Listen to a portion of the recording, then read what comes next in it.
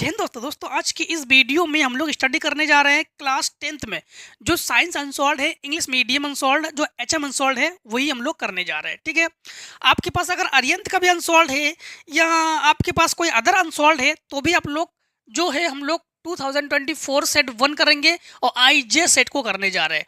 आप लोग मैच करा लो, आपके मिल जाएंगे कोई भी सेट हो। ठीक है, तो हम लोग इंग्लिश मीडियम के अनसॉल्व्ड को आज से शुरू करने जा रहे हैं। ठीक है, तो आप लोग क्या करना है, अधिक से अधिक वीडियो को आप लोग शेयर जरूर कर दीजिए, क्योंकि आप लोग जब शेयर करोगे तो जिससे आपके और भी स्टूडेंट्स जुड़ेंगे तो हम भी देखकर मोटिवेट होंगे, जिससे हम और भी आगे की वीडियोस को बनाने के लिए सोचेंगे आपके लिए। ठीक है, तो चलिए शुरू करते हैं, बिना स्किप किए वीडियो को देखते रहिए।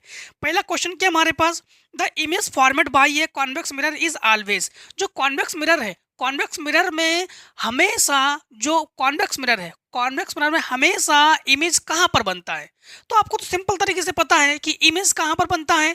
इमेज जो है आपका, जो आपका पोल है, पोल एंड, चलो इसमें ऑप्शन देख लेते हैं आपका, between the centre of curvature and the focus. बिल्कुल नहीं, बिल्कुल नहीं। इनका कहना है कि सेंटर और जो आपका फोकस है, सेंटर और जो कर्वेचर ऑफ सेंटर है और फोकस है, इनके बीच बनता है। बिल्कुल नहीं।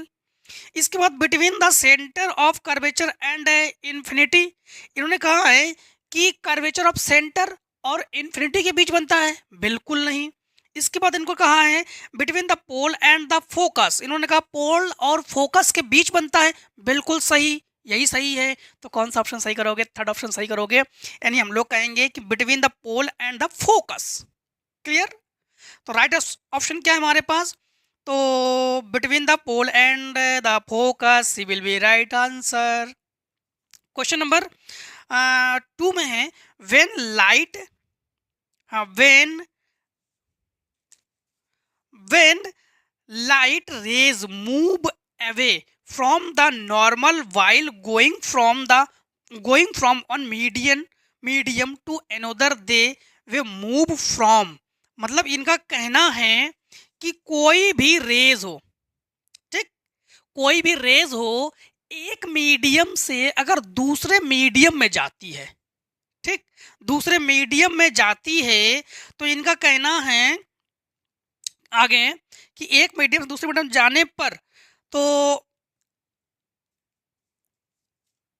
while going from one medium to another they will move from।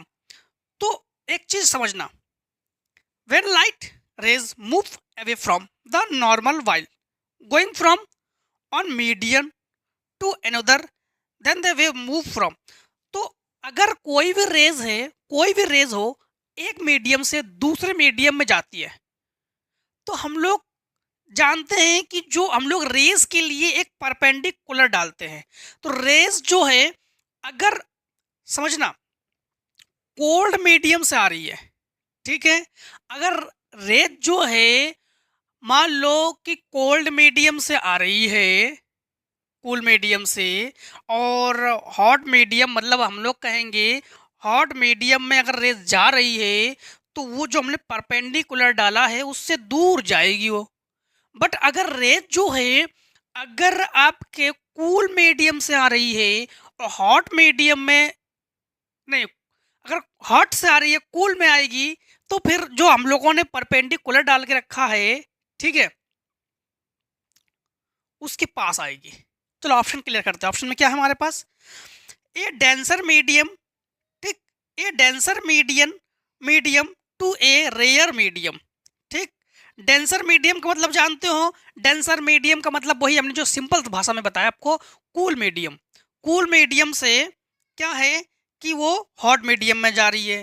फिर a rare medium to denser medium, hot medium से वो कूल मीडियम में जा रही है। A medium low refractive index to a medium of a high refractive index, ठीक, और a transparent medium to an opaque medium. मतलब इनका कहना है कि जो रेज है जब आ रही है तो परपेंडिकुलर से दूर जा रही है, तो ऑप्शन नंबर कौन सा हमारे पास करेक्ट होना चाहिए? तो आपको बता दें ऑप्शन नंबर पहले ही आपके पास करेक्ट होना चाहिए। रेज जो है वो किस माध्यम से यानी किस मीडियम से आ रही है? ये डेंसर मीडियम से आ रही है। और किस मीडियम से जा रही है? किस मीडियम में? रेयर मीडियम में जा रही है। जब रेयर मीडियम में जाएगी तभी तो वो दूर हटेगी ना, तभी तो वो दूर हटेगी। इसीलिए ऑप्शन नंबर हमारे पास कौन सा ऑप्शन करेक्ट करेंगे हम लोग? पहला ऑप्शन करेक्ट करेंगे। इसके बाद क्वेश्चन नंबर हमारे पास 3 में है, the focal length of a convex lens is 15 centimetre. ठीक, तो जो हमारे पास फोकल लेंथ है ये हमें गिवन है 15 सेंटीमीटर। अ कॉन्वेक्स मिरर है। The image of an objective palace 30 centimetre. तो जो ऑब्जेक्ट की डिस्टेंस है ना, ऑब्जेक्ट कहाँ पर है? वो 30 सेंटीमीटर पर है। And the from lens will be, तो यहाँ पर लेंस वाला फार्मूला लगा देंगे। लेंस का फार्मूला क्या होता है हमारे पास? लेंस फार्मूला होता है 1/f equals 1/v minus 1/u। तो f हमारे पास है 15, f है 15 और u है 13। जब इसको हम लोग सॉल्व करेंगे तो हमारे पास 13 मतलब बी ऑप्शन क्लियर हो जाएगा। तो हम लोग कहेंगे real inverted of the same size as the object 30 centimetre on the other side of a object, मतलब हमारे पास बी ऑप्शन जो है यही करेक्ट कर देना। B will be right answer. इसके न्यूमेरिकल्स को भी सॉल्व करेंगे, आप लोग टेंशन मत लो। इसके बाद क्वेश्चन नंबर 4 में है, when white light passes through a prism. जब भी हम लोग कोई भी व्हाइट लाइट हो उसको किसी प्रिज्म से हम लोग प्रिज्म से निकालते हैं। ठीक है, किसी प्रिज्म से निकालते हैं। The colour of the emergent light distance from the base of prism. कोई भी प्रिज्म हो, कोई भी प्रिज्म हो, उससे अगर व्हाइट लाइट को हम लोग ले जाते हैं, उसके अंदर से व्हाइट लाइट को एंट्री करा देते हैं, तो व्हाइट लाइट जो है ये क्या करता है? कई लाइटों में, कई कलरों में ये जो है ये क्या होता है? फॉरवर्ड हो जाता है, मतलब कई किरणों में फैल जाता है ये। जिसमें से हम लोग कहेंगे कि जिसको हम लोग अंग्रेजी के शॉर्ट फॉर्म में विबग्योर नाम से जानते हैं। विबग्योर का मतलब क्या होता है? वी का मतलब वायलेट, आई का मतलब इंडिगो, और वी का मतलब ब्लू, और जी का मतलब ग्रीन, और वाई का मतलब येलो, ओ का मतलब ऑरेंज, रेड का मतलब आपका रेड, आर का मतलब रेड। ठीक है, तो जिसमें से इन्होंने पूछा है कि जैसे ही इसको हम लोग इससे गुजारते हैं तो कौन सा कलर है जो बहुत दूर तक, ये तो कहा उन्होंने light distance from the base of prism, prism से बहुत दूर तक, प्रिज्म से तो किस कलर को हम लोग दूर से देख पाते हैं? देखो आपको सिंपल तरीके से बता देते हैं। इसीलिए जो खतरे के सिग्नल है वो रेड बनाए जाते हैं। ऑप्शन नंबर रेड सही है, रेड जो है वही सही है। जो ट्रेन है उसमें भी जो लाइटें होती है उस लाइट को भी हम लोग क्या बनाते हैं, मतलब सिग्नल के तौर पे, सिग्नल के तौर पे क्यों बनाते हैं? क्योंकि जो रेड कलर है उसे हम लोग दूर से देख पाते हैं। इसीलिए जो है light distance from the base of prism is, हम लोग करेंगे ए पार्ट सही। बात क्लियर हुई ना? रेड कलर को दूर से देख पाते हैं, इसीलिए जो हम लोग जानते हैं कि the colour of the emergent light distance from the base of prism, मतलब दूर से किस कलर को देख पाएंगे हम लोग? रेड कलर को देख पाते हैं। ठीक है, इसके बाद question number 5, A ampere second is the unit of, जो एम्पियर सेकेंड है वो किस चीज की यूनिट है? इसमें से electric energy, option number 2 electromotive force, option number 3 charge, option number D part में है इलेक्ट्रिक करंट। नो, हम लोग कहेंगे चार्ज। जो इलेक्ट्रिक एनर्जी है वो चार्ज की यूनिट है, तो यूनिट ऑफ, तो हम लोग कहेंगे ampere second is unit of charge. Option number C clear है। क्वेश्चन नंबर 6 में है, two wires of resistance R1 and R2, दो वायर है उसके जो रेसिस्टेंस है वो R1 एंड R2 है, are connected to a cell in parallel. तो किस कंडीशन में वो कनेक्टेड है? वो पैरेलल में कनेक्टेड है। If the currents flowing in them are I1 and I2, जिसमें हम लोग I1 I2 करेंट्स को फ्लो करते हैं, and the heats produced in them are H1 and H2 respectively पर second, the ratio of heat is, तो इसमें heat के लिए फार्मूला जो है कौन सा हमारे पास राइट होना चाहिए, H1/H2 reaction sorry H1/H2 equals R2/R1। इसके बाद हाँ, पहले ऑप्शन ये हमारे पास करेक्ट है, पहले ऑप्शन हमारे पास जो है ये करेक्ट है, तो पहले ऑप्शन को करेक्ट कर लेना आप लोग, H1/H2 इक्वल्स R2/R1। ठीक है, क्योंकि फार्मूला ही हमारे पास होता है H बराबर I² RT, बस RT को जो है यहाँ पर पैरेलल कंडीशन में है, इसलिए RT को जो R को जो है हम लोग डिवाइड में लिखेंगे, जब डिवाइड में लिखेंगे तो फिर उल्टा तो करेंगे इसको, तो ए पार्ट सही कर लो इसको। ऑप्शन नंबर बी पार्ट में है, मतलब ए पार्ट सही है, ठीक है।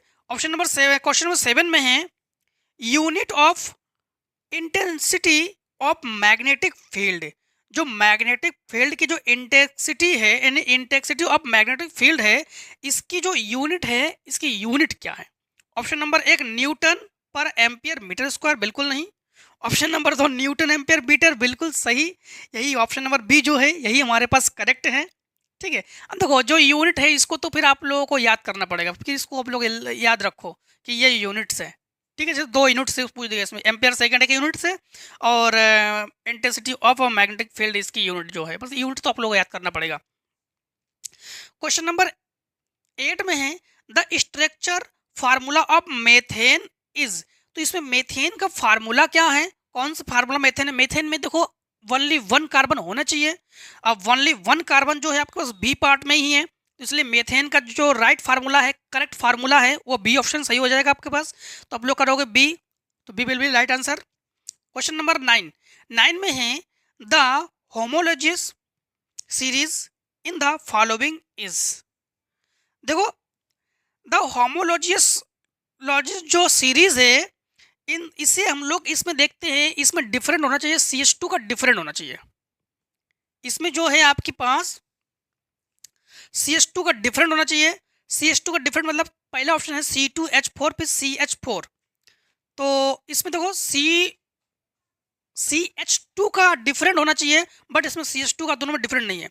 बट बी पार्ट में देखो CH4 और C2H6, हाँ C पहले वाले में C है, दूसरे वाले में C2 है, 1 का डिफरेंट है, पहले वाले में H4 है, दूसरे वाले में H6 है, तो 2 का डिफरेंट है, तो CH2 का डिफरेंट है। जिसमें CH2 का डिफरेंट हो जाए समझ जाओ कि वहाँ पर होमोलॉगिस आपके पास सीरीज है, तो यहाँ पर बी ऑप्शन आप लोग करेक्ट कर लेना। ठीक है, इसके बाद chemical formula of lead nitrate. Lead nitrate का केमिकल फार्मूला होता है PbNO3 का वोल्टाइज। ठीक, पहला ऑप्शन आपके पास करेक्ट है। इसके बाद क्वेश्चन नंबर आपके पास 11th में पूछा है the pH value of pure water. Pure water का pH वैल्यू क्या है? प्योर वाटर का प्योर वैल्यू होता है तुम्हारे पास 7, तो ऑप्शन नंबर सी जो है यही करेक्ट है। ठीक है, और एंटीमनी इज, अच्छा एंटीमनी क्या है? क्या मेटल है, क्या नॉन मेटल है, क्या मेटलाइड है, क्या एलॉय है? नहीं, मेटल नहीं है एंटीमनी, ना ही नॉन मेटल है, बट मेटलाइड है। एंटीमनी जो है वो मेटलॉइड है। ठीक है, मेटल और नॉन मेटल के बीच, मतलब मेटलॉइड है। और एलॉय है? नहीं, एलॉय नहीं है, तो ऑप्शन नंबर हमारे पास सी करेक्ट है। तो हम लोग कहेंगे क्वेश्चन नंबर 12 में C will be right answer. Question number 13 में क्या है? Complete the following chemical equation CH3COOH C2H5OH। ठीक, तो देखो इसमें ये दिया गया है, इसमें दिया गया है कि CH3COOH प्लस C2H5OH, जब रिएक्शन करेंगे तो इसको H को तोड़ो और इसके OH को तोड़ो, तो ये बना H2O, और ये हो गया हमारे पास CH3COO C2H5, CH3COO C2H5 और प्लस H2, ये हुआ एथिल एसीटेट। हाँ, तो हमारे पास सी ऑप्शन करेक्ट है। कौन सा ऑप्शन करेक्ट है हमारे पास? सी ऑप्शन जो है ये करेक्ट है। इसके बाद क्वेश्चन नंबर देखो 14 में, क्वेश्चन नंबर 14 में क्या है? क्वेश्चन नंबर 14 में है कि energy currency in cellular process is. तो जो आपको बता दे कि energy currency in cellular process, जो सेलुलर प्रोसेस है इसकी जो करेंसी है, मतलब एनर्जी करेंसी है, यानी हम लोग हिंदी में कह सकते हैं कि इसे कहते हैं मुद्रा घर, मतलब जिसमें मुद्रा घर मतलब पैसे, ठीक है, मान लो एक तरफ से पैसे बता सकते हो, यानी ऊर्जा। Energy currency in cellular process is, number 1 mitochondria, number 2 ATP, number 3 पे है ग्लूकोज, नंबर 4 है पायरूवेट। तो देखो, जो जो आपके पास सेल है, ठीक, सेल होती है हमारे शरीर में, हमारे शरीर का जो पूरा बॉडी जो है, पूरे बॉडी का जो स्ट्रक्चर है, ये किस किस से मिलकर बना हुआ है? सेलों से मिलकर बना हुआ है, ठीक है। सेल सेल मिलते हैं तो फिर टिश्यू का निर्माण होता है, टिश्यू टिश्यू मिलते हैं, फिर बहुत सारा टिश्यू मिलने के बाद इसके बाद हमारा शरीर पूरा जो हमारा बॉडी है, बॉडी स्ट्रक्चर जो है, बॉडी पूरा बनता है हमारे पास। लेकिन इन्होंने ये पूछा है कि energy currency of cellular process की जो एनर्जी करेंसी है वो क्या है? एटीपी है, ठीक है, एटीपी है। तो इसके बाद क्वेश्चन नंबर 15 में है, वाइल्ड जूस इज सेक्रेटेड वाई। तो जो वाइल्ड जूस है, इन्होंने कहा है वाइल्ड जूस जो है सेक्रेटेड वाई। देखो, वाइल्ड जूस को आप लोग एक चीज ध्यान रखना कि यहाँ पर हम लोग जानते हैं कि वाइल्ड जूस जो है ये आपके पास गाल ब्लैडर में है, बट गाल ब्लैडर को आप लोग करेक्ट मत करके आना। वाइल्ड juice is secreted by liver, आप लोग इसमें लीवर ऑप्शन को करेक्ट करना। लीवर में ही गाल ब्लैडर है, लीवर में ही गाल ब्लैडर है, और गाल ब्लैडर के अंदर जो है, इसी से गाल ब्लैडर से जो है क्या निकलता है, मतलब ये जो है वाइल्ड जूस निकलती है उससे। बट हम लोग गाल ब्लैडर को राइट नहीं करेंगे, हम लोग किसको राइट करेंगे? हम लोग जो है लीवर को, ठीक है, लीवर में ही हम लोग लीवर से ही जानते हैं कि लीवर से ही वाइल्ड juice is secreted by liver. तो लीवर से ही जो है वाइल्ड जूस जो है वही साबित होती है। इसके बाद क्वेश्चन नंबर 16 में है, पॉलन सेक कंटेंस सेपल्स, ओवरी, फिर ओवल्स, पॉलन ग्रेन्स। तो आपको पता है कि पॉलन सेक कंटेंस जो है, तो पॉलन सेक कंटेंस, तो पॉलन सेक में क्या पाया जाता है? पॉलन ग्रेन्स, ठीक, जो कि मेल पार्ट्स है, ठीक है। और birds of leaf develop in, तो मिंट, पोटैटो, ब्रायोफिलम और ऑल ऑफ द एबव, नहीं, तो इसमें ब्रायोफिलम को ही आप लोग करेक्ट करना। जो बर्ड्स ऑफ लीफ है, ठीक है, बर्ड्स ऑफ जो लीफ है, जो लीफ मतलब वही कलियाँ जो विकसित होती है, किससे होती है? ब्रायोफिलम से। तो example of unisexual flower is, तो फ्लावर में जो यूनिसेक्सुअल है इसमें कोई एक एग्जाम्पल है, जैसे flower of papaya, flower of rose, flower of mustard, flower of mango, इन्होंने पूछा है।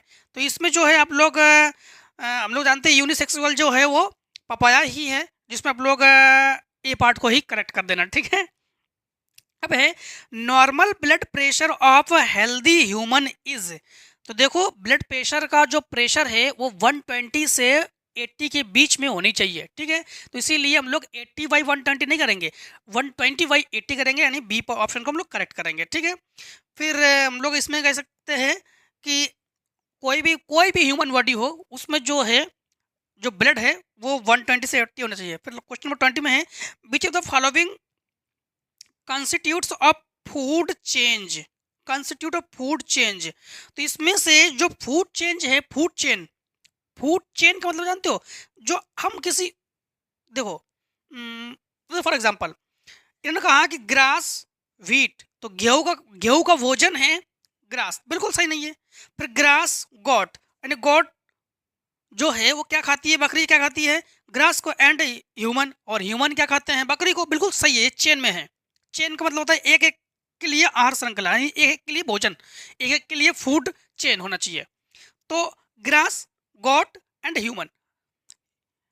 ग्रास जो है ये फूड है बकरी गॉट के लिए, गॉट फूड है ह्यूमन के लिए। तो राइट आंसर हमारे पास यहाँ होगा सी ऑप्शन है, गॉट काउ। क्या काउ जो है गाय जो है, क्या बकरी खाती है? बिल्कुल नहीं, तो इसको हम लोग सही नहीं करेंगे।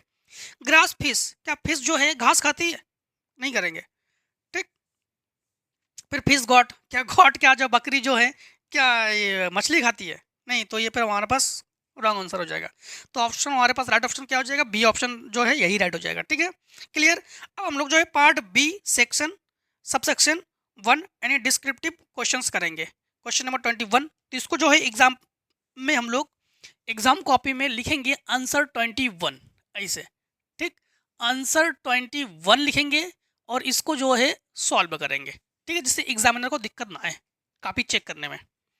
ठीक, देखो इसमें क्या है हमारे पास, इन्होंने कहा है the image format of an object of A distance 25 centimetre. जो ऑब्जेक्ट जो है, ऑब्जेक्ट की डिस्टेंस है 25 सेंटीमीटर। हमेशा ऑलवेज आप लोग ध्यान रखना कि जो ऑब्जेक्ट है इसे माइनस में लोगे, चाहे कॉन्वेक्स मिरर हो, चाहे कॉन्वेक्स लेंस हो, कुछ भी हो, चाहे कॉन्वेक्स हो चाहे कॉन्केव हो, ऑब्जेक्ट को हमेशा माइनस लिखोगे।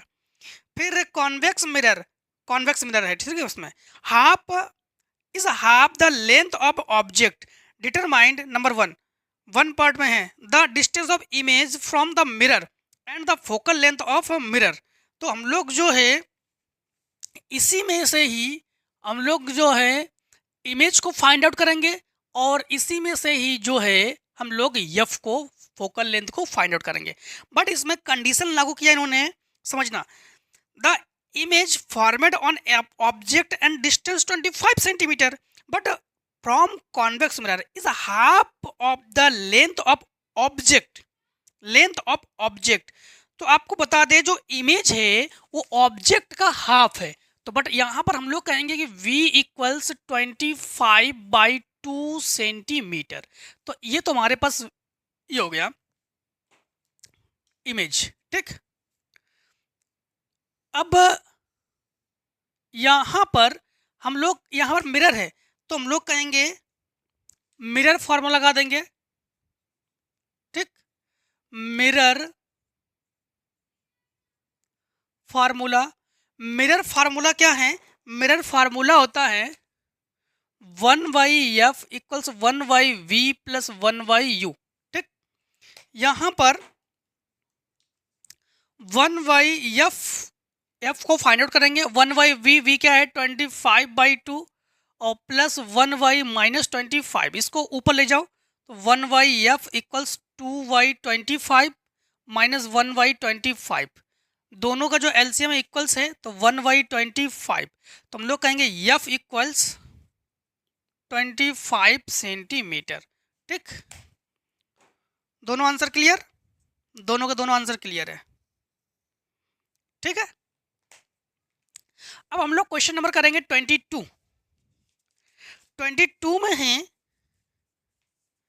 22 के फर्स्ट पार्ट में है one placing a concave lens in the path of convergent rays they focus on the axis in back 20 centimetre from the lens. मतलब समझना, आपको समझा रहे अभी। आंसर 22 का फर्स्ट पार्ट। ठीक, फर्स्ट पार्ट इन्होंने कहा है कि कोई एक कॉनकेव लेंस है। ठीक, कॉनकेव लेंस है और उसमें हम लोग क्या करते हैं, उसी के 20 सेंटीमीटर पीछे 20 सेंटीमीटर पीछे एक हम लोग लेंस को रख देते हैं। तब उसकी जो फोकस है ये क्या हो जाएगी, इन्होंने ये कहा है। ठीक, इन्होंने ये कहा है तब इसकी फोकस जो है क्या हो जाएगी। भाई साहब इसको ज्ञात करके दीजिए। चलो देखते हैं क्या क्या है हमारे पास। तो ध्यान रखना कि दोनों को लेके चल रहे हैं हम। तो एक है 20 सेंटीमीटर जो कि हमारे पास हम लोग कहेंगे, और एक है नीचे देखो 30 सेंटीमीटर। तो यफ तो हुआ हमारे पास, यफ हुआ 30 सेंटीमीटर एंड वी हुआ हमारे पास 20 सेंटीमीटर। और कॉनकेव है इसीलिए हम लोग इसको माइनस में ले लेंगे। ठीक है, और यहाँ पर हम लोग देख पा रहे हैं कि दोनों में ऑब्जेक्ट को फाइंड आउट करेंगे। यहाँ पर हम लोग जो है, यहाँ पर मिरर है तो हम लोग लगा देंगे mirror formula. Mirror formula 1/f equals 1/f equals 1/v plus 1/u। ठीक, तो यहाँ पर इसके अकॉर्डिंग वैल्यूज़ को रखेंगे। तो -1/30 इक्वल्स 1/-20 प्लस 1/u। इसे इधर ले आओ, तो 1/u इक्वल्स -1/30 प्लस 1/20। तो 1/u इक्वल्स एलसीएम हो गया हमारे पास 60, 3 2 ज़ा और प्लस 23 ज़ा, ये सब्ट्रैक्ट करेंगे तो 1/60। तो u इक्वल्स हमारे पास क्या है, 60 सेंटीमीटर। ठीक, u इक्वल्स क्या है हमारे पास, 60 सेंटीमीटर।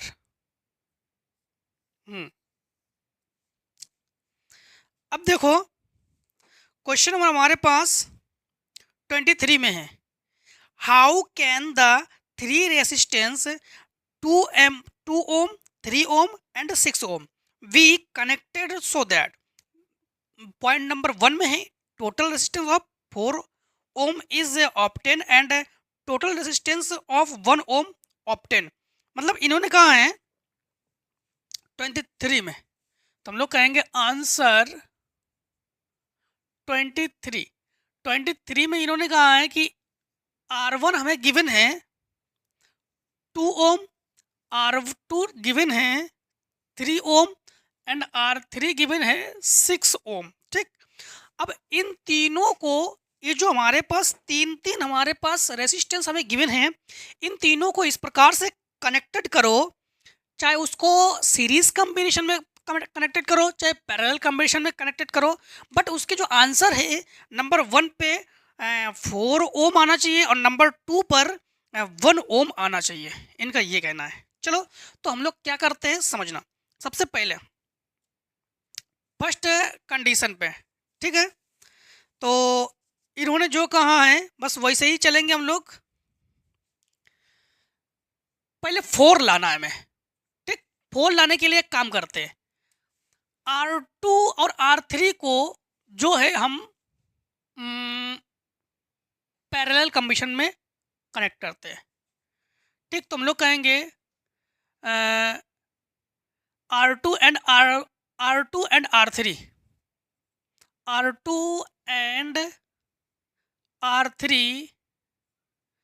कनेक्टेड, ठीक है, कनेक्टेड टू पैरेलल कॉम्बिनेशन। ठीक, पैरेलल कॉम्बिनेशन। तो हम लोगों ने R1 और R3, सॉरी यहाँ पर R2 है, R2 एंड R3 को जो है किसमें हम लोगों ने कनेक्ट कर लिया है, हम लोगों ने पैरेलल कॉम्बिनेशन में कनेक्ट कर लिया है। तो जब पैरेलल कॉम्बिनेशन में कनेक्ट कर लेंगे तो यहाँ पर पैरेलल कॉम्बिनेशन का फार्मूला क्या लिखेंगे हम लोग, ये लिखेंगे 1/R equals 1/R1 equals 1/R2। ठीक, तो हम लोग कहेंगे कि सच दैट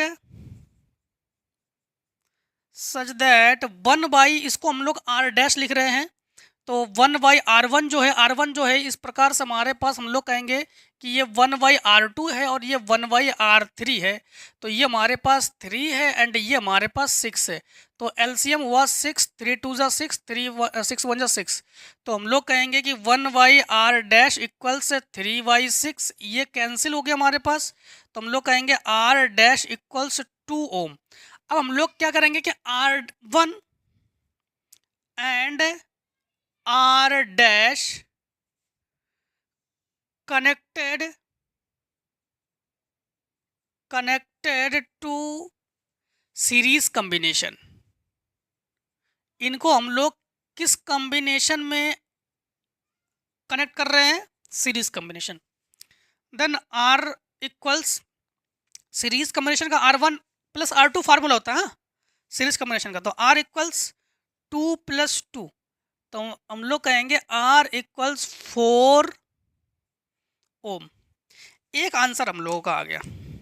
ठीक, एक आंसर आ गया। अब हम लोग क्या करेंगे, R1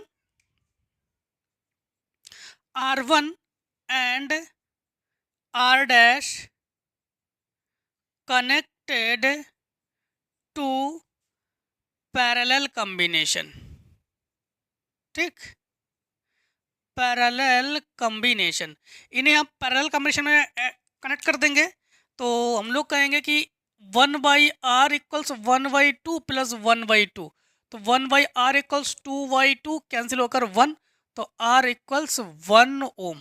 दोनों के दोनों आंसर क्लियर। तो एक बार हम लोग क्या करेंगे, इन दोनों को हम लोग जो है पैरेलल कॉम्बिनेशन में ऐड कर लेंगे, कनेक्ट कर लेंगे, और इसके बाद जो भी हमारे पास आंसर हमें फाइंड आउट होंगे वो इसके साथ एक बार सीरीज कॉम्बिनेशन में और एक बार पैरेलल कॉम्बिनेशन में हम लोग जो है उसको कनेक्ट कर लेंगे और हमारे पास आ जाएगा आंसर। इसके बाद इन्होंने हमसे क्वेश्चन नंबर 23 भी कहा है, 23 में नहीं 24 में, write the name, working and colours of the insulation of the wires use the domestic electrical distribution. तो जो डोमेस्टिक इलेक्ट्रिकल डिस्ट्रीब्यूशन है उसमें जो वायर है उसके नेम को बताओ, ठीक, उनके नेम को बताओ, और इसके बाद वर्किंग को बताओ। तो आपको बता दें, जैसे लाइव वायर है, एक होता है लाइव वायर, लाइव वायर का जो कलर है वो देखो पहली बात तो 3 वायर हम लोग यूज करते हैं, एक लाइव वायर, एक नेचुरल वायर एंड एक अर्थ वायर, ठीक है, जिसमें से लाइव वायर का जो कलर है उसको रेड रखते हैं और नेचुरल वायर जो है उसको ब्लैक रखते हैं एंड जो आपका अर्थ वायर है उसको ग्रीन रखते हैं, ठीक। इसके बाद क्वेश्चन नंबर 24 के और में है, क्वेश्चन नंबर देखो 24 में आपके 2 क्वेश्चन दिए जाएंगे, एक ही क्वेश्चन करना बोर्ड एग्जाम में। इन्होंने कहा है one which factor does the magnetic field due to current carrying conductor depend, why write an exam, explain the name of the law use to find the direction of magnetic field.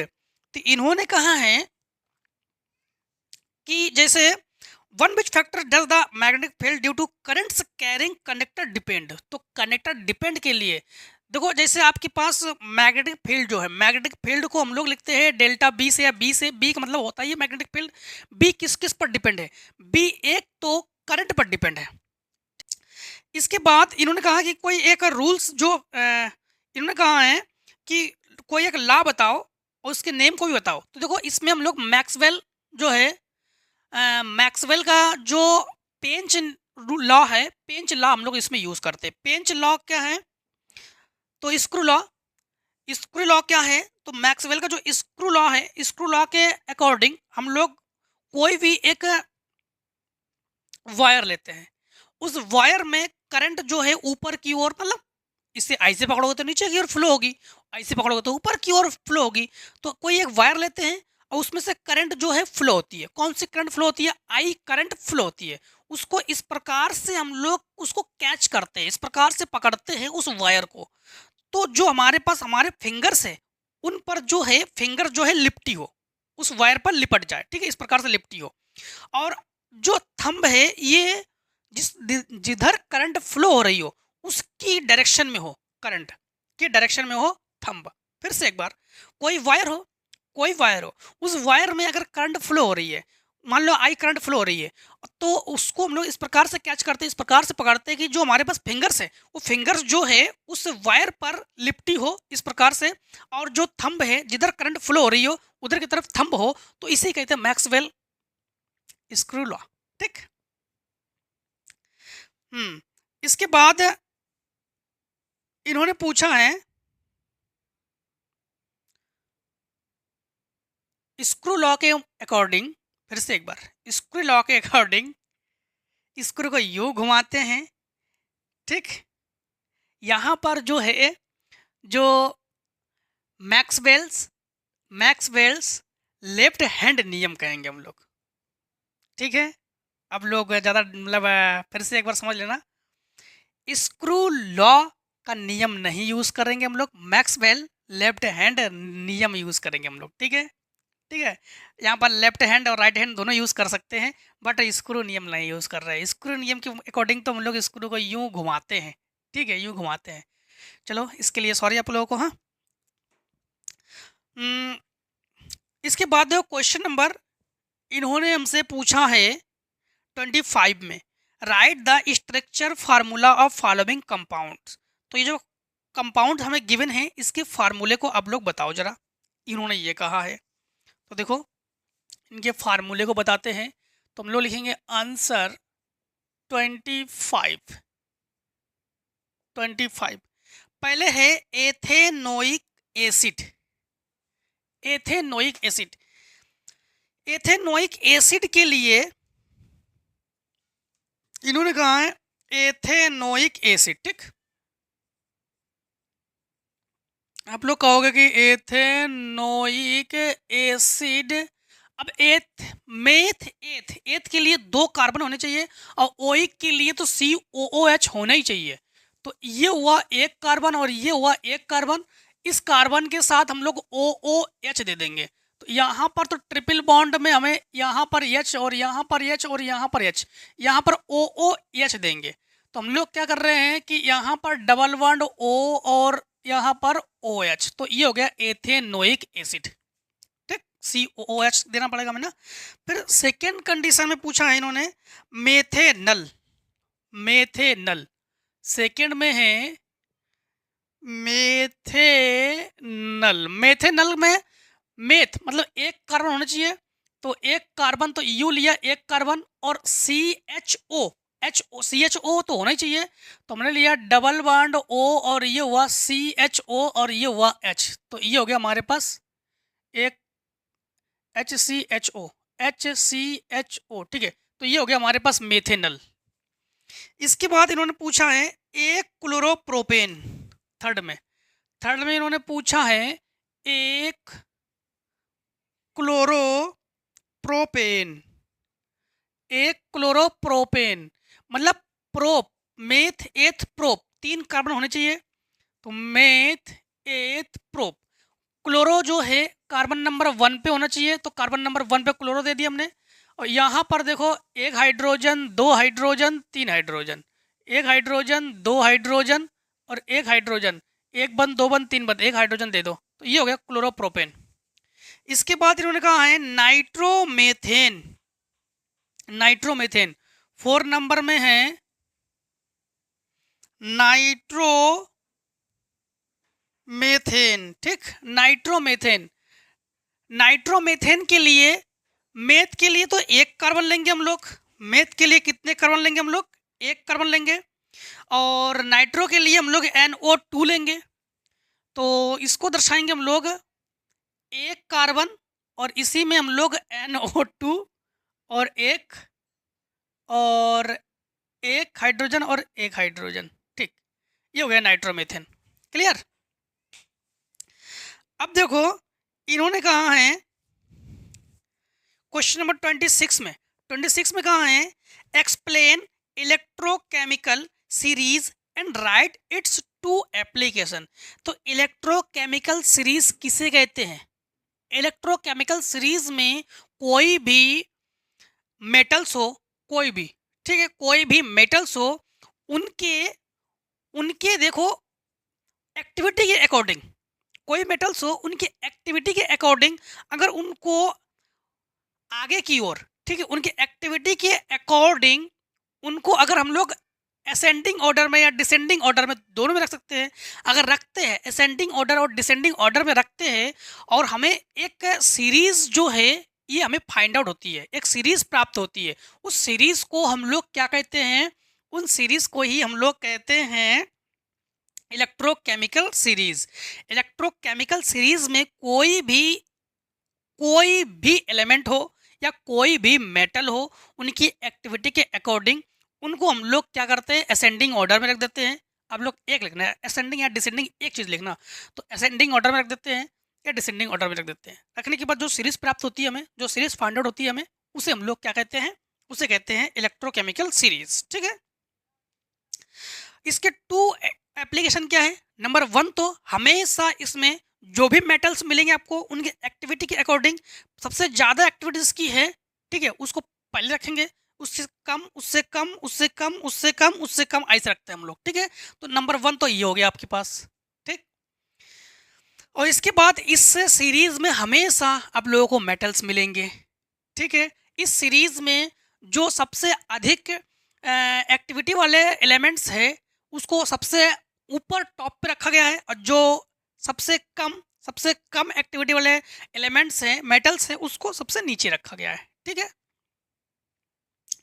हाँ, फिर 26 का second part है, what do you mean by alloy, write the name and use of two main alloy of copper.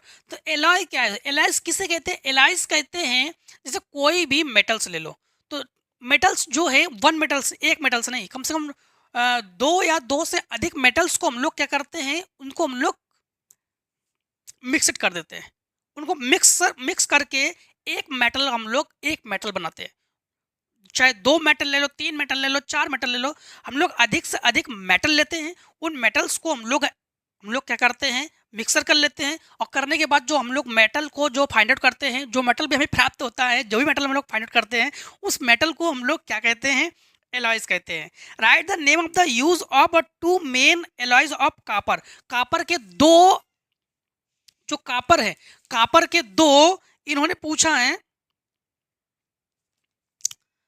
हाँ, copper के दो main alloy का नाम। तो जो कॉपर के, एक तो होता है कॉपर पाइराइड, ठीक है, CuFeS2 जो है कॉपर पाइराइड एक है, और एक कॉपर पाइराइड ले लोगे, एक कॉपर ऑक्साइड ले लो, या कॉपर क्यूप्रेस ले लो। ठीक है, कॉपर पाइराइड सबसे मेन होता है। इसके बाद इन्होंने पूछा है, right the IUPAC name following compounds. जो आपके पास कंपाउंड्स है उसके IUPAC नेम। तो एक काम करते हैं, पहले ना आप लोग इतने को शॉर्ट कर लो, अगर शॉर्ट करना चाहो, फिर इसको रेस करते हैं, फिर आगे के IUPAC नाम को सॉल्यूशन देते हैं आप लोगों को। ठीक है, तो इतने को आप लोग रेस कर लो। अब देखो, क्वेश्चन नंबर हम लोग करने जा रहे हैं कौन सा, 27 को। ठीक, 27 में है, right the IUPAC name following compounds. जो कंपाउंड्स हमें गिवन है, इनके IUPAC नाम को आप लोग बताओगे। तो आंसर हमारे पास 27 है। ठीक है, तो हम लोग कहेंगे आंसर 27, और हम लोग क्या बताने जा रहे हैं इसमें, IUPAC नेम। तो यहाँ पर हम लोग 1 कर लेंगे, तो हम लोग कहेंगे IUPAC नेम। ठीक, जिसमें हमारे पास पहला गिवन है HCHO, और सेकेंड ऑप्शन है हमारे पास यानी ए ऑप्शन, और बी में है हमारे पास CH3 single bond, CH double bond, CH2। देखो यहाँ पर हम लोग जब इसको हम लोग IUPAC नेम लिखेंगे, तो इसमें क्या करेंगे, 1 कार्बन है, 1 कार्बन होने पर क्या होता है, मेथ, और CHO ग्रुप होने पर हम लोग कहते हैं मेथेनल यानी अल। तो हम लोग इसको कहेंगे मेथेनल। और इसमें देखो मेथ एथ प्रोप, 3 कार्बन है, 3 कार्बन होने पर हम लोग कहते हैं प्रोप, तो इसको कहेंगे हम लोग प्रोप। ठीक, प्रोप। और डबल बॉन्ड होने पर हमारे पास होता है, देखो सिंगल बॉन्ड पे N, डबल बॉन्ड पे इन, और ट्रिपल बॉन्ड पे आइन, तो इसको हम लोग कहेंगे प्रोप आइन। और अगर आयन की बात करें, आयन कितने कार्बन पर है, 1 कार्बन है, तो हम लोग कहेंगे प्रोप 1 आयन। ठीक, प्रोप 1 आयन, सॉरी आयन नहीं, इन कहेंगे, इन। एक सिंगल बॉन्ड होने पर N, डबल बॉन्ड होने पर इन, और ट्रिपल बॉन्ड होने पर आइन, तो डबल बॉन्ड है इसलिए इन कहेंगे। तो इन कितने पर है, इन 1 पर है। इसके बाद देखो क्वेश्चन नंबर हमारे पास इन्होंने पूछा 27 का second part, right A short note on valency of carbon. ठीक, कार्बन की जो बैलेंसी है इस पर एक कोई शॉर्ट नोट बताओ, शॉर्ट नोट। ठीक है, तो कार्बन की बैलेंसी क्या है, कार्बन में टोटल कितने बॉन्डिंग होते हैं, 4 बॉन्डिंग होते हैं ना। कार्बन जो है कोई भी मेटल्स हो, सॉरी कोई भी कंपाउंड्स हो, या कोई भी आप लोग कह सकते हो एलिमेंट्स हो, ठीक है, उसके साथ वो बॉन्डिंग कर सकता है, कार्बन कर सकता है कि नहीं कर सकता है। और कार्बन के पास total single single single single 4 bonding हम लोग उसको देते हैं। ठीक है, अब वैसे कार्बन की टोटल बॉन्डिंग होती है वो 3 बॉन्डिंग होती है, carbon carbon single bond, carbon carbon double bond, carbon carbon triple bond. ठीक है, इसके बाद इन्होंने क्वेश्चन नंबर सेकंड थर्ड में पूछा है, right the chemical name and molecular formula of baking powder, what happens when baking powder is heated. मतलब question number हम लोग करेंगे 20, हम लोग कहेंगे आंसर जो 27 है उसके थर्ड पार्ट को। थर्ड पार्ट में क्या है, थर्ड पार्ट में तो baking, right the chemical name of molecular formula of baking powder. तो बेकिंग पाउडर जो है, बेकिंग पाउडर, तो बेकिंग पाउडर जिसको हम लोग खाने में यूज करते हैं, ठीक है। तो बेकिंग पाउडर का इन्होंने पूछा है पहले फार्मूला, तो फार्मूला क्या होता है, तो देखो बेकिंग पाउडर का फार्मूला होता है NaHCO3, और इसके बाद इनका केमिकल नेम, केमिकल नेम जो है Na से होता है सोडियम, सोडियम, H से होता है बाई, और CO3 कार्बोनेट, तो सोडियम बाई कार्बोनेट या सोडियम हाइपोकार्बोनेट या सोडियम हाइड्रोजन कार्बोनेट, ठीक है, ये भी हम लोग इसको कह सकते हैं, ठीक, सोडियम हाइड्रोजन कार्बोनेट। अब देखो इन्होंने पूछा है आगे,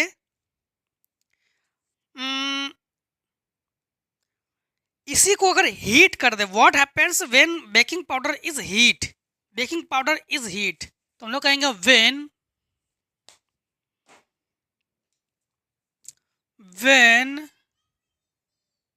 बेकिंग पाउडर, बेकिंग पाउडर को हम लोग हीट करते हैं, हाँ, तो when baking powder is heated, जब बेकिंग पाउडर को हम लोग हीट करते हैं, तो बेकिंग पाउडर को हम लोग हीट कर रहे हैं, तो ये हमारे पास NaHCO3, और इसको हम लोग हीट करेंगे। जब भी हीट करेंगे कोई भी कंपाउंड हो जिससे वो मिलकर बना है उसी में उसको तोड़ देते फिर।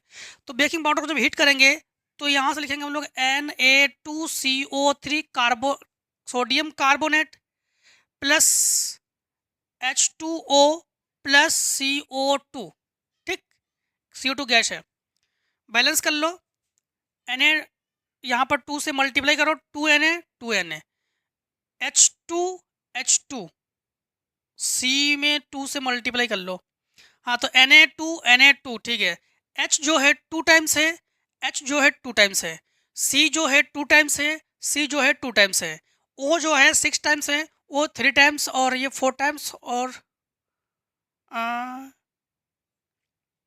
O की बैलेंस बिगड़ी, O की बैलेंस बिगड़ी, यहाँ पर हम लोग अगर 2 टाइम्स 2 और ये 2 3 6, ये 3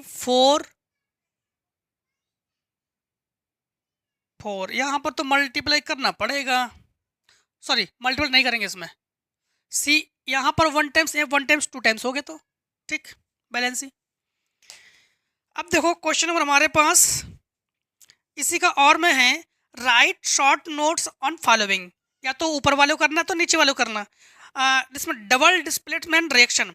तो डबल डिस्प्लेसमेंट रिएक्शन किसे कहते हैं, जिसमें दो एलिमेंट्स को हम लोग क्या करते हैं, एक्सचेंज करते हैं, दो एलिमेंट्सों का एक्सचेंज करते हैं, उसे डबल डिस्प्लेसमेंट रिएक्शन कहते हैं। जैसे इसको अगर करोगे हम लोग कहेंगे आंसर 27 का, और हाँ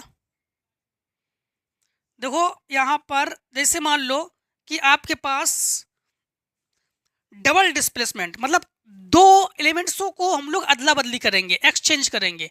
जैसे फॉर एग्जांपल आप लोगों ने लिया NaCl प्लस HBr, ठीक, रिएक्शन Na को Br दे दो, H को Cl दे दो, तो ये हो जाएगा NaCl, sorry NaBr plus HCl। तो जिसमें दो एलिमेंट्सों का एक्सचेंज होता है उसे हम लोग कहते हैं डबल डिस्प्लेसमेंट। और इसमें देखो न्यूट्रलाइजेशन रिएक्शन, तो न्यूट्रलाइजेशन रिएक्शन किसे कहते हैं? जिसमें हम लोग एसिड एंड बेस दोनों के रिएक्शन करवाते हैं, एसिड और बेस दोनों के रिएक्शन करवाएंगे, उसे न्यूट्रलाइजेशन कहते हैं हम लोग। तो जैसे, और इसमें हम लोग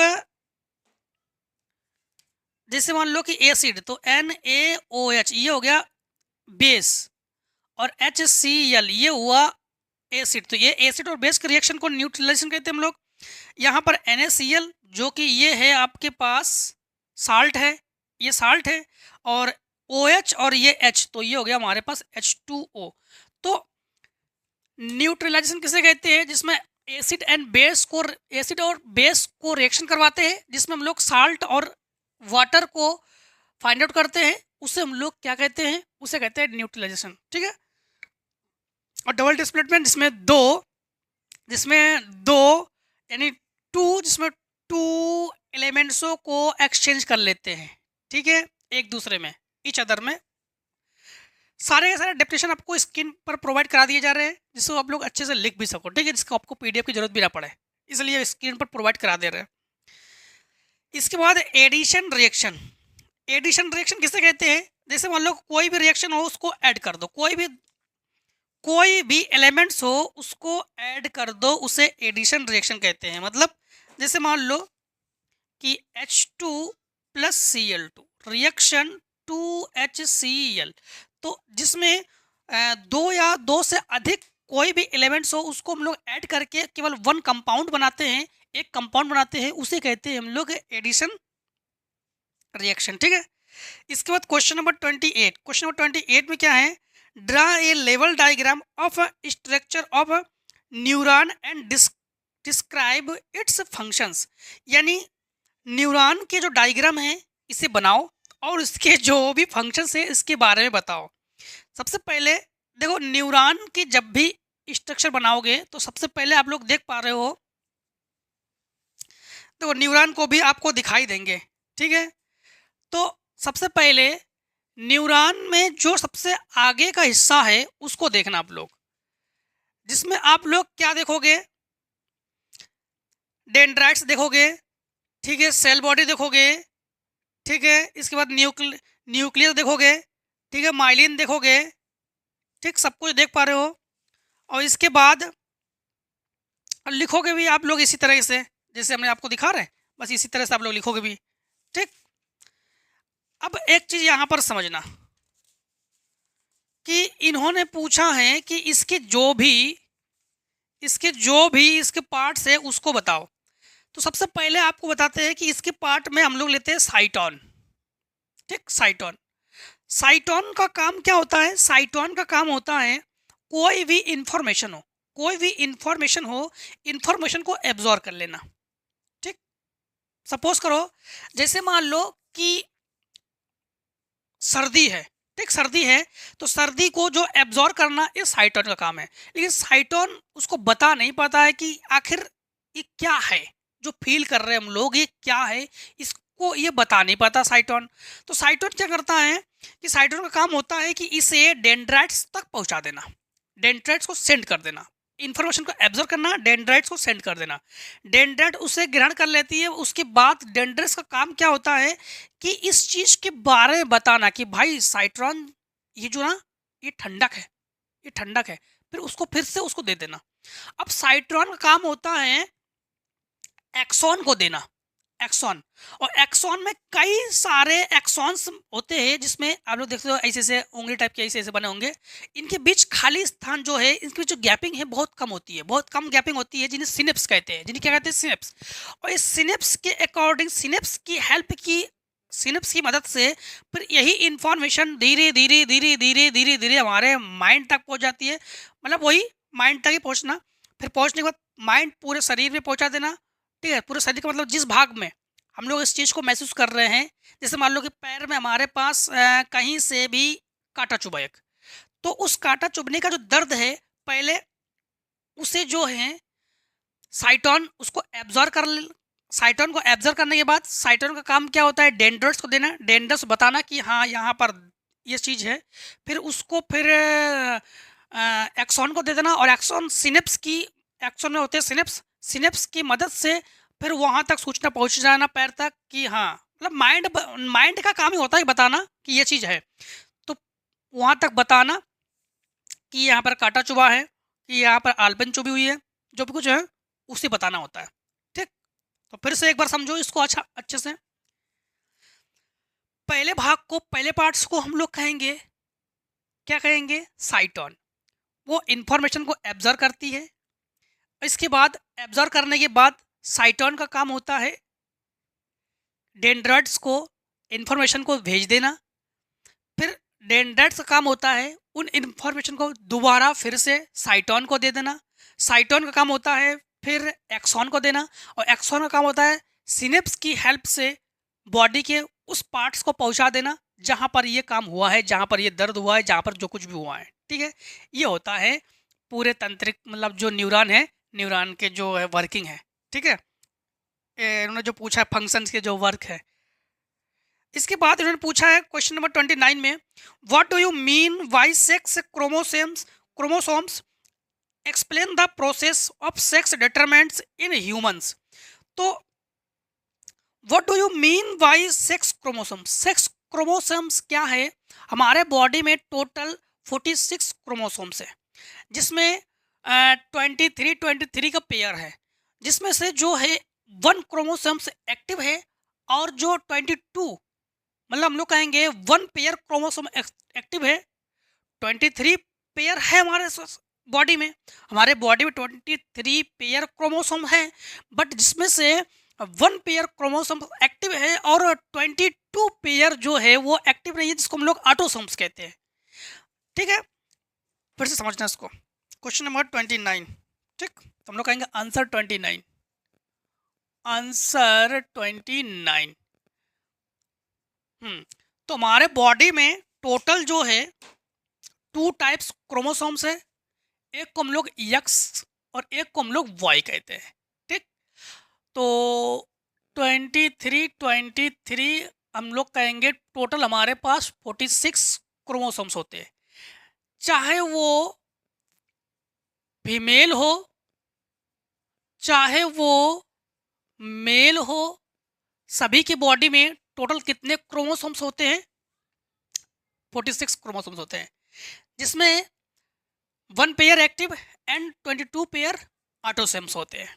ठीक है, और इन्होंने कहा है कि explain the process of sex determination in humans. Human में किस प्रकार से हम लोग कह सकते हैं कि सेक्स प्रोसेस को बता सकते हैं। सेक्स प्रोसेस कैसे बताओगे, समझना। जैसे मेल है, ठीक, क्या है, मेल है, मेल के पास जो क्रोमोसोम्स है वो एक्स एंड वाई दोनों है, एक्स एंड वाई दोनों है। और जो फीमेल है, फीमेल के पास जो क्रोमोसोम्स है वो ओनली एक्स एक्स है। इनके बीच जब भी मेल और फीमेल के बीच सेक्स की क्रिया से, ठीक, किस क्रिया से, सेक्स की क्रिया से, सेक्स की क्रिया से हम लोग देखते हैं जब फीमेल मेल की सेक्सुअल से, जब फीमेल के एक्स क्रोमोसोम, सॉरी, मेल के एक्स क्रोमोसोम्स अगर फीमेल के एक्स क्रोमोसोम से कनेक्टेड हो जाए तो यहां पर जो क्रोमोसोम्स बनेंगे वो एक्स एक्स। इफ फीमेल के अगर, मेल के अगर वाई क्रोमोसोम्स फीमेल के एक्स क्रोमोसोम से मिल जाए तो वहां पर क्रोमोसोम्स मिलेंगे आपके पास एक्स और वाई। देन ध्यान रखना फिर से एक बार, मेल के पास एक्स और वाई क्रोमोसोम है, फीमेल के पास एक्स एक्स क्रोमोसोम्स है। सेक्स के दौरान जब एक्स फीमेल के एक्स क्रोमोसोम्स मेल के एक्स क्रोमोसोम्स आपस में कनेक्ट हो जाए तो एक्स एक्स क्रोमोसोम्स यहां पर बन जाता है ना। और इसके बाद अगर मेल का वाई क्रोमोसोम्स और फीमेल के एक्स क्रोमोसोम्स कनेक्ट हो जाए तो यहां पर एक्स वाई हमारे पास क्रोमोसोम्स बनेंगे ना। इसे हम लोग कहेंगे, इसके अकॉर्डिंग यहां पर हम लोग कह सकते हैं एक्स वाई अगर क्रोमोसोम्स कनेक्टेड हो जाए तो यहां पर जो भी मान लो कि जो भी बच्चे होंगे वो बच्चे यहां पर जो भी बेबीज जो भी चाइल्ड्स होंगे तो यहाँ पर एक्स वाई है, तो मतलब यहाँ पर जो बेबी होंगे वो होंगे बॉय एंड यहाँ पर क्या होंगी, यहाँ पर होंगी गर्ल्स। ठीक, समझ में आया ना। यदि मेल के एक्स क्रोमोसोम्स और फीमेल के एक्स क्रोमोसोम्स मिल जाए तो वहां पर गर्ल्स होगी, लड़की होगी, और अगर मेल के वाई क्रोमोसोम्स और फीमेल के एक्स क्रोमोसोम्स मिल जाए तो वहां पर लड़का होगा, बॉय होगा। ठीक है, समझ में आया ना। तो ये हो गया आपके पास, इन्होंने जो पूछा है explain the process of sex determination in humans. ठीक है, क्लियर हुआ। इसके बाद इन्होंने पूछा है क्वेश्चन नंबर 30 में, write down 4 vitamin producers and consumers. ठीक, तो इन्होंने पूछा है कि टोटल राइट डाउन 4 डिफरेंट, कितने डिफरेंट बताओगे, 4 डिफरेंट बताओगे। किस में बताओगे, एक बताओगे प्रोड्यूसर्स और एक बताओगे कंज्यूमर्स। ठीक, तो प्रोड्यूसर किसे कहते हैं, जो फूड को बनाता है उसे प्रोड्यूसर करेंगे। ठीक, और जो फूड को एब्जॉर्ब कर लेता है, फूड को खा ले, उसे कहेंगे हम लोग कंज्यूमर। फॉर एग्जांपल जैसे ट्रीज है, तो ये क्या हुआ हमारे पास, ट्रीज जो है ये प्रोड्यूसर में लेंगे एंड जो कंज्यूमर है वो हम लोग हो जाएंगे। ठीक है, इसके बाद describe the structure of human heart with the help of level longitudinal, क्या है लॉन्गिट्यूडल ट्यूडिनल section diagram of human heart, यानी ह्यूमन हार्ट का जो स्ट्रक्चर है इसको बनाओगे और इसके बारे में डिस्क्रिप्ट मतलब इसके बारे में बताओगे। इसके बाद लास्ट क्वेश्चन में ये भी कहा है, describe the female reproductive system of human beings with diagram. तो जो लास्ट क्वेश्चन है, लास्ट क्वेश्चन, इसको केवल स्क्रीन पर दिखा दे रहे हैं और ठीक है, और इसके बाद आपको बता देते हैं कि जिस प्रकार से आप लोग इसको वीडियोस को शेयर करोगे इसके अकॉर्डिंग हम आगे इसको, देखो ऐसा नहीं है, जो ह्यूमन हार्ट से और ये जो फीमेल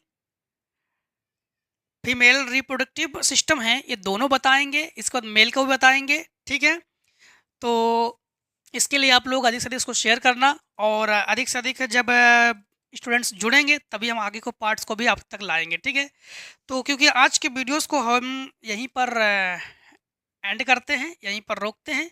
ठीक है, बाकी सारे आंसर आपको स्क्रीन पर प्रोवाइड करा दिए गए हैं तो आपको कोई दिक्कत नहीं होगी। ठीक है, तो मिलते हैं दोस्तों नेक्स्ट वीडियो में। आज की वीडियो तो इतना ही। जय हिंद, जय भारत। आप लोग स्वस्थ रहिए, मस्त रहिए और इस प्रकार से हर एक सेट में हमसे मिलते जरूर रहिए। ठीक है, टेक स्क्रीन शॉट।